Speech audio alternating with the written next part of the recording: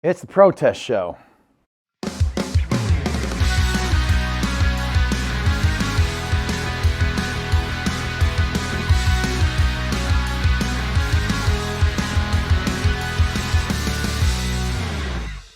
Welcome to the Idiocracy Banana Joe's Republic, Episode 8 of Season 2. I'm your host and president of the I Want to Date AOC fan club, Thor Ramsey, fighting the rising tide of wokeness one joke at a time. That's our first subject today. Why Republicans want to date AOC. Okay, give it some time. I'm sure there's some reasons. You know, she really doesn't like it when people refer to her as AOC because she doesn't know how to pronounce it. AOCDEFG. She really can't handle it. AOC really shouldn't feel special about this because sexually frustrated people will date anybody. Besides, I don't think we can date communists until we're given permission from Big Brother. And yes, I mean the TV show. Apparently, this social justice warrior is dating Richie Cunningham now. If you saw the photos from Florida, you can't get more white than Howdy Doody. Conan O'Brien, maybe? Ed Sheeran? How do you, I don't know. Pick a pop culture reference you get.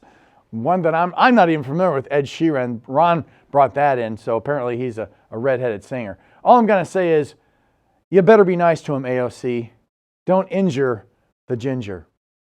In all honesty, AOC is not bad looking when her mouth is closed. Otherwise, she looks like the symbol of the Democratic Party. It is reported that AOC is pregnant, though she said she is going to take a DNA test to make sure the baby is hers. Please post your favorite AOC joke in the comments. In conjunction with the love lives of the DNC, I have in my hands, well, I guess I don't actually, but I have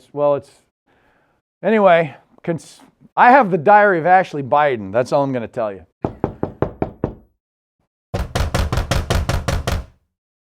That's the FBI again. Are they deaf? I mean, didn't they hear the call for quiet on the set? How rude!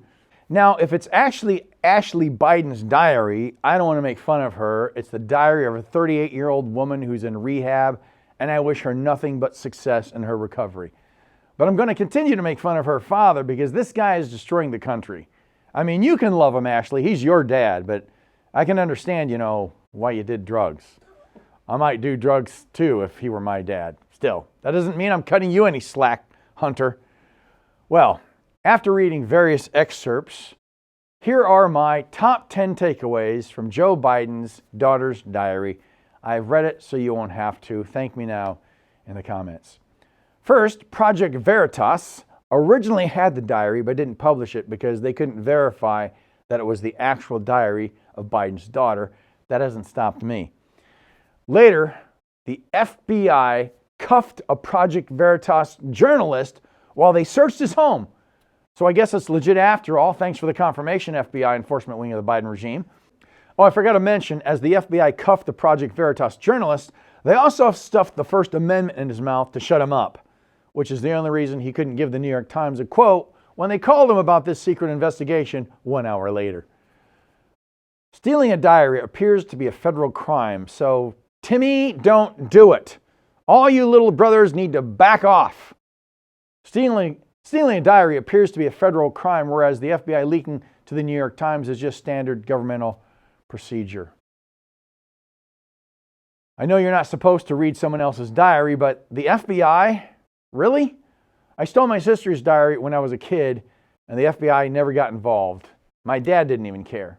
And that's why our sponsor, LifeLock, has a new feature to protect your diary. After you write into it, your words are transposed into Biden speak, and nobody can translate that.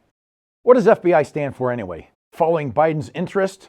Finding Biden's inconsistencies? Fearing Biden's internet? The diary started while the author was in a drug rehabilitation facility in Florida. Going to Florida for drug rehabilitation is a little like going to Dairy Queen to lose weight. In the opening of the diary, she wrote that she doesn't know what the future holds, but now she knows it holds her diary. One segment of her diary reads, "What is my number one goal today?" Her answer, not smoke a cigarette. Then she writes, "Do not contact Ken." Apparently Ken's a smoker. Then she writes, do something fun for self. Maybe smoke a cigarette. Finally, she writes, movie. Wait, can you smoke in theaters or not? I'm guessing you can smoke wherever you want if you're the president's daughter and the FBI has a task force looking for your diary. She has an interesting strategy in her diary for getting over a relationship with some guy named Ken, and that is to tell herself he's gay. Personally, that's how I avoid the temptation of beautiful Bond women. She's a lesbian. Otherwise, why wouldn't she respond to my advances? That restraining order is just a cry for help. One of her stated goals in her diary is committing herself to reality at all costs, and a wish that upon the whole Democratic Party so one day they can know the difference between boys and girls, or maybe just between good and evil. Well, that's our show for today. I want to thank our director, Jefferson Drexler, because he never writes about me in his diary, our executive producer, Joe Fieri, our social media master, Danny Avila, and my co-writer, Ron McGee. I'd also like to thank Ron Bass for our new intro graphics. If you like this episode, well, your dad's not Joe Biden, so click like, because you have that to be thankful for. Even if you only find it mildly amusing, click like, because Biden's our president and mildly amusing is better than crying your eyes out. If you want to fight the rising tide of wokeness in this country, please subscribe, which is like casting a vote for a future without tears. Unless we produce an episode that makes you laugh so hard you cry, and then we want to hear about that because our crack team of 2 writers only spends a couple hours putting an episode together. So that would be really amazing if that happened because it's topical material and doesn't have much of a shelf life. Thus, the lack of time and effort. But that has more to do with lack of large amounts of cash. You give me a team of 12 writers, several million per episode, a new personality, and I guarantee you won't be as...